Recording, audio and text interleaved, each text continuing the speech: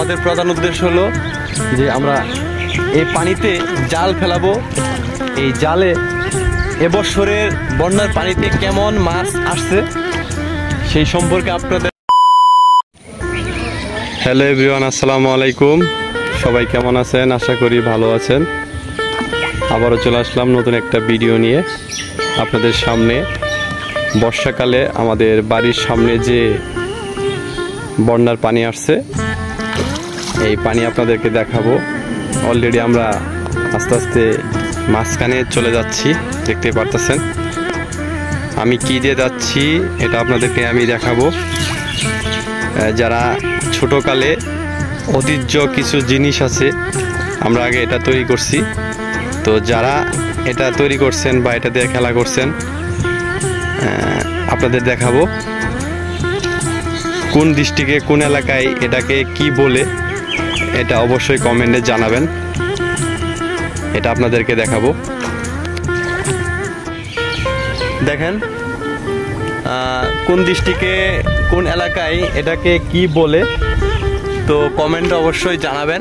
তো আমাদের জামালপুর ডিস্ট্রিক্টে আমরা এটা ভুইরা বলি, তো অন্য অন্য ডিস্ট্রিক্টে কি বলে জানি না।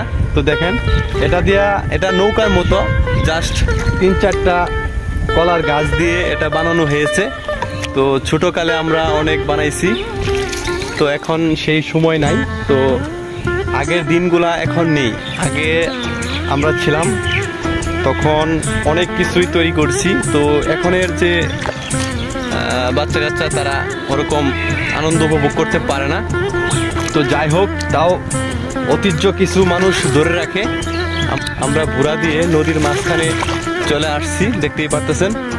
তো আমাদের প্রধান উদ্দেশ্য হলো যে আমরা এই পানিতে জাল ফেলাবো। এই জালে এবছরের বন্যার পানিতে কেমন মাছ আসছে সেই সম্পর্কে আপনাদেরকে আমি ধারণা দিব। বিশেষ করে এই বর্ষাকালে যে পানি আসছে, মাছ নেই বলেই চলে, তারপরও আমরা জাল ফেলে দেখাবো যে আমাদের এই বর্ষাকালে কেমন মাছ আসছে। তো আমরা দেখাবো। দেখেন অনেক সুন্দর দৃশ্য। আমি একটা লাঠি নিয়ে দেখছেন বুড়া দিয়ে আস্তে আস্তে যাচ্ছি। তো দেখেন এই যে কিভাবে এই বুড়াটা ধাক্কায় ধাক্কায় নিয়ে যেতে হয় আপনাদের দেখাচ্ছি। দেখেন, তো গ্রাম অঞ্চলে অনেক সুন্দর একটা দৃশ্য। তো আমি কখনো ভাবতে পারি না যে এরকম একটা দৃশ্যের মধ্যে আমি আপনাদেরকে একটা ভিডিও দেখাবো। তো দেখেন অনেক সুন্দর লাগতেছে। আমি কল্পনা করতে পারি না যে এই সময় আমি আসবো আমাদের গ্রামে। গ্রামটা এত সুন্দর, অনেক সুন্দর। আসলে প্রাকৃতিক একটা দৃশ্য। আগে এই পানিতে কত একা একা গোসল করছি, এখন কিন্তু নেই। এখন ওরকম ছেলেবেলে নেই বলেই চলে। অনেক শখ লাগে এগুলা করতে, অনেক শখ লাগে। যাই হোক, দেখেন এখন আপনাদের সামনে মাছ ধরবে, জাল ফেলাবে। জাল ফেলানোর পরে কতটুকু মাছ পাওয়া যায় সেটা আপনাদেরকে আমি দেখাবো। ভিডিও ভালো লাগলে অবশ্যই সাবস্ক্রাইব, কমেন্ট, শেয়ার করবেন। নতুন নতুন ভিডিও পাওয়ার জন্য অবশ্যই কমেন্ট করবেন।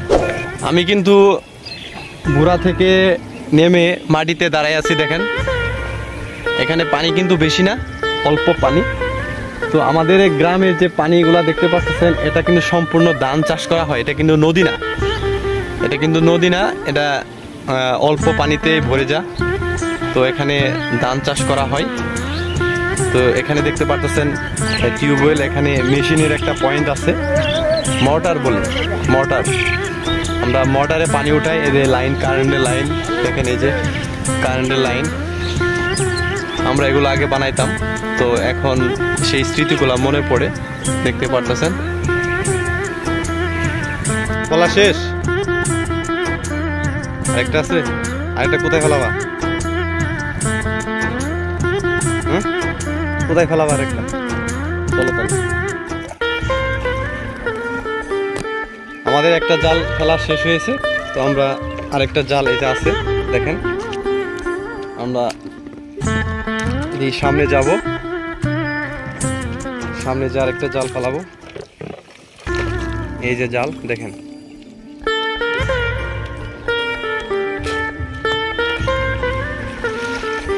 আপনাদেরকে আমি গ্রামের পুরা দৃশ্যটা দেখাচ্ছি। দেখেন অনেক সুন্দর, চারিদিকে গ্রাম, মাঝখানে পানি আর পানি। দেখেন আমি গ্রামটা সম্পূর্ণ দেখাচ্ছি। এখানে আরেকজন আছে, দেখেন সেম জাল ফেলানোর জন্য সে যাচ্ছে। দেখেন